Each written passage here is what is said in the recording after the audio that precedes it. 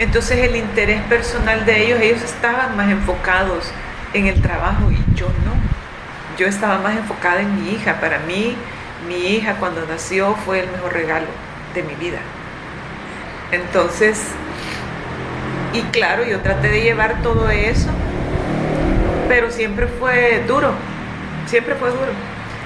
Y por ejemplo, que se comían las cosas, o que dejaban los platos sucios, o que yo tenía que lavar los pañales llenos de caca de mi hija en el lavadero, y el lavadero estaba ahí, ellos estaban acá, y tal vez sentían el olor y se molestaban, o sea, cosas bien domésticas, porque no había pañales desechables, claro, y había que lavarlos, y había que botar el pupú. Entonces, todas esas cosas domésticas, ¿verdad? Quizás me afectaron.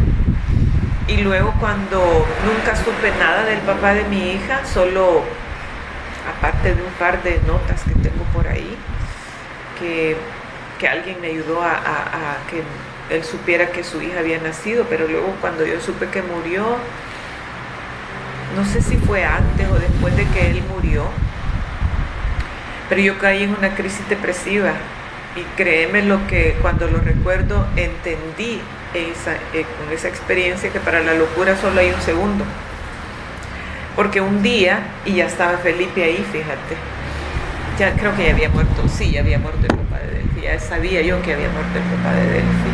Entonces para mí eso fue, o sea, llorarlo sin verlo.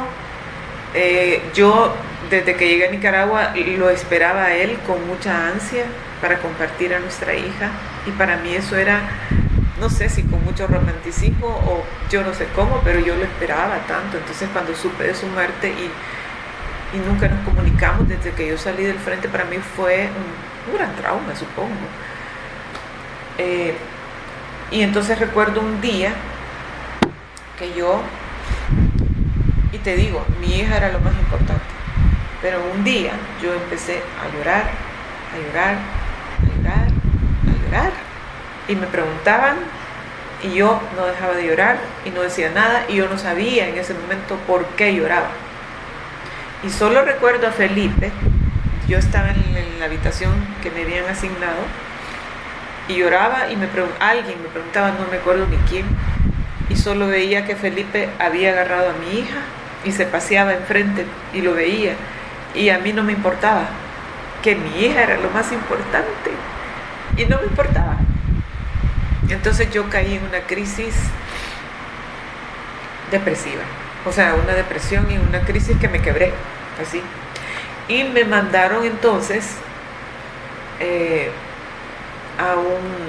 claro, porque no podías decir, o sea, no era revolucionario quejarte, no era revolucionario, aunque que seguramente me quejaba, a saber cómo me veían como un monstruo los demás, o esta mujer no es revolucionaria, o esta no trabaja, no sé. Pero sí, para mí fue bien difícil esa época, sumamente difícil. ¿Y cómo